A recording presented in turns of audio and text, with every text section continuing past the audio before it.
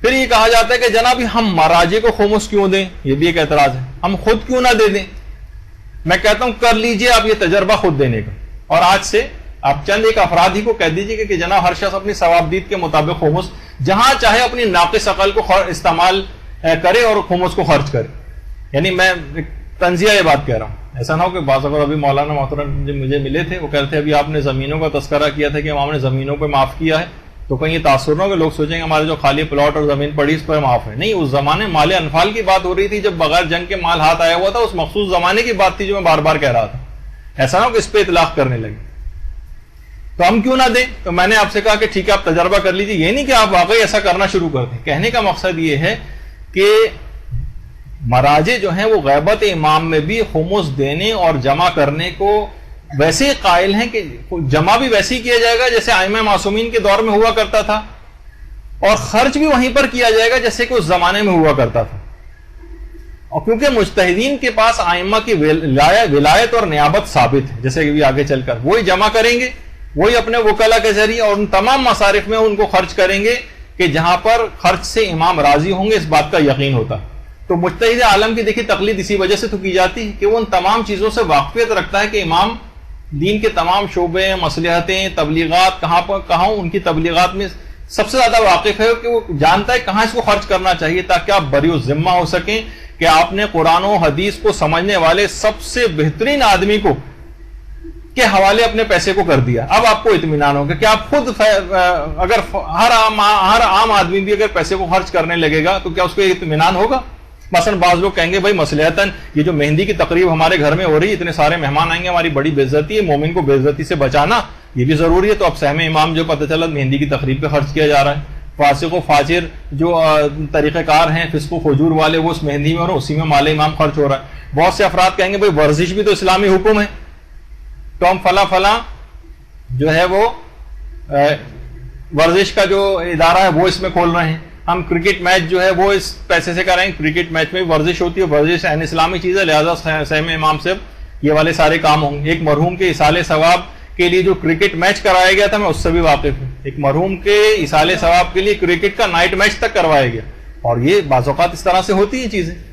تو مراجع زیادہ بہتر سمجھتے ہیں، اور یہی وجہ ہے کہ انہوں نے خمس کے سلسلے میں بدعنوانیوں کو روکنے کے لیے باقاعدہ رسید کا سلسلہ شروع کیا کہ جب تک آپ کے پاس کے یا نجف کے مین آفس کی رسید نہیں ہوگی جب تک خمس کاؤنٹ نہیں ہوگا. ٹھیک ہے، ایک انتظامی اس پہ ایک بحث ہے کہ اس میں کوئی موضوعیت شرعی ہے یا نہیں، اور کیا یہ انتظامی حکم کے اعتبار سے، لیکن بہرحال یہ بات کہی گئی ہے کہ انہوں نے کہا کہ نہیں وہ خمس کاؤنٹ نہیں ہوگا. آقا سیستانی نے بھی کہا اور دیگر علماء اور مراجع بھی یہی بات جو ہے وہ کہتے آ رہے ہیں. تو بعض اوقات تو یہ بھی ہوتا ہے کہ رسید اگر کوئی نہ دے تو آپ رسید کا اصرار کریں، ورنہ آپ کو خمس دوبارہ نکالنا پڑے گا، اس سے پیسے واپس مانگیں. اور بعض اوقات یہ بھی ہوتا ہے کہ یہ رسید کا ایسا ہے کہ خود ہمارے مولانا غلام علی وزیری بھی کہتے ہیں کہ بعض اوقات 10 روپے کی رسید ہوتی ہے لیکن اس تک بھجوانے کے لیے میں 50 روپے پوسٹیج کے خرچ کرنے پڑ جاتے ہیں، اور اس نے 10 روپے دیے تھے. تو بہرحال لیکن یہ رسید کا سسٹم ایسا ہے. کچھ صاحبان نے کہا کہ جناب یہ جو ہمارے گھروں کی دال، چینی، پتی، حتیٰ کہ بیویوں کی بچی ہوئی جو لپسٹک ہوتی ہے اس تک کے اوپر یہ سب ہضم کرنا چاہتے ہیں. اس طرح کے اعتراضات ہیں. دیکھیے باقاعدہ کتابوں کے اندر یہ بات کہی گئی، دیکھیں لیفٹ پہ کتاب کا حوالہ ہے جس کو ہم نے ہائی لائٹ کر دیا. اب تمام مجتہدین کے فتوے جمع کیجئے فرماتے ہیں، اور مساجد کی سیر کیجئے جہاں ان اشیاء کی ایک طویل فہرست آویزہ نظر آئے گی جن پر خمس واجب الادا قرار دیا گیا ہے. ان میں آٹا، گھی، دھنیا، مرچیں، ہلدی، لپسٹک، پاؤڈر، غرض کوئی ایسی چیز نہیں چھوڑی گئی جس پر خمس واجب الادا نہ ہو. مقصد یہ ہے کہ جو بھی ہاتھ آئے لے اڑو، یہ الفاظ استعمال کیے گئے.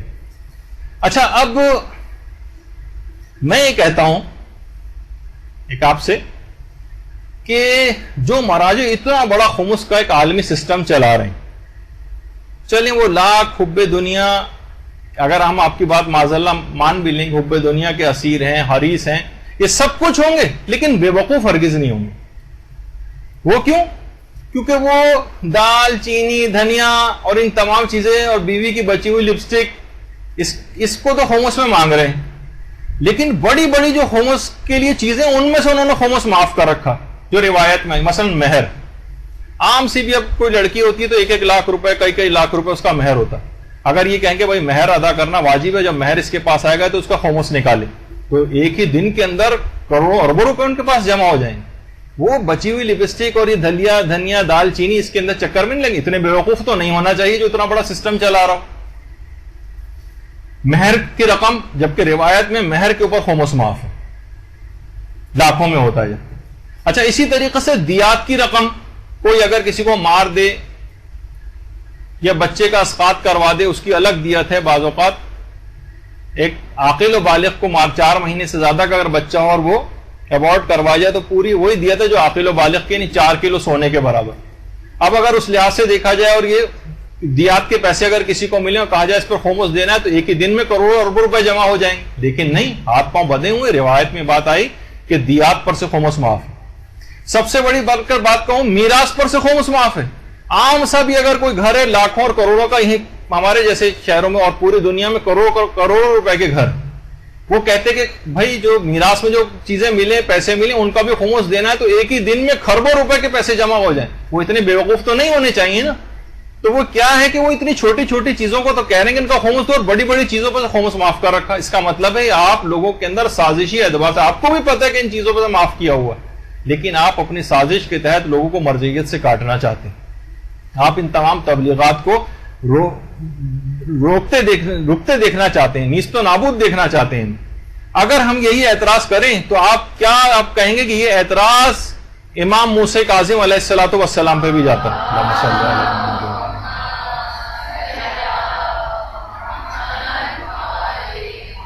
بی بی شتیتا سے کتنا مشہور واقعہ ہے بی بی شتیتا کا.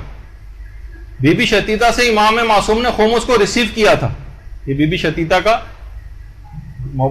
روضہ مبارک ہے اور یہاں پر کتنی دعائیں قبول ہوتی ہیں. بی بی شتیتا کا اصل ذکر جو آپ سے اگلی کلاس ہوگی کفن بیگ کے سلسلے میں، اس میں ان کا تفصیل کے ساتھ ذکر آئے گا. امام نے ان سے خمس میں کیا ریسیو کیا تھا؟ کپڑے کا ایک ٹکڑا اور 4 درہم. اتنی غریب تھی بی بی شتیتا کہ امام نے بعد میں الگ سے پیسے بھی ان کو بھجوائے تھے، لیکن وہ چیز ریسیو کی تھی. اور کیا کہا تھا؟ قرآن کی ایک آیت پڑھی تھی جو سورہ احزاب کی آیت نمبر 53 ہے، واللہ لا یستحی من الحق. اللہ کو حق سے لینے میں کوئی شرم نہیں، اللہ حق بات کے سلسلے میں کوئی شرم محسوس نہیں کرتا. یعنی اگر تو یہ مجتہدین کو کوئی شرم نہیں، آپ ان پہ لاکھ طنز کرتے رہیں، لپسٹک کے جو ہے وہ آپ طنز کرتے رہیں، دھنیا پودینہ اور اس طرح کی چیزوں کی باتیں لے کر آتے رہیں کہ یہ جو چیز آئے لے اڑو، تو وہ معاذ اللہ یہ والا اعتراض امام موسیٰ کاظم پہ بھی جاتا. 4 درہم اور ایک کپڑے کا ایک ٹکڑا لیا تھا اس سے، کہ بعد میں امداد تک کرنی پڑ گئی تھی، لیکن امام نے کہا اس میں کوئی شرم محسوس نہیں ہوتی ان چیزوں کے اندر. تو بہرحال یہ تمام چیزیں دیکھیے، یہ اس طرح سے لوگوں کو بہکا رہے ہیں.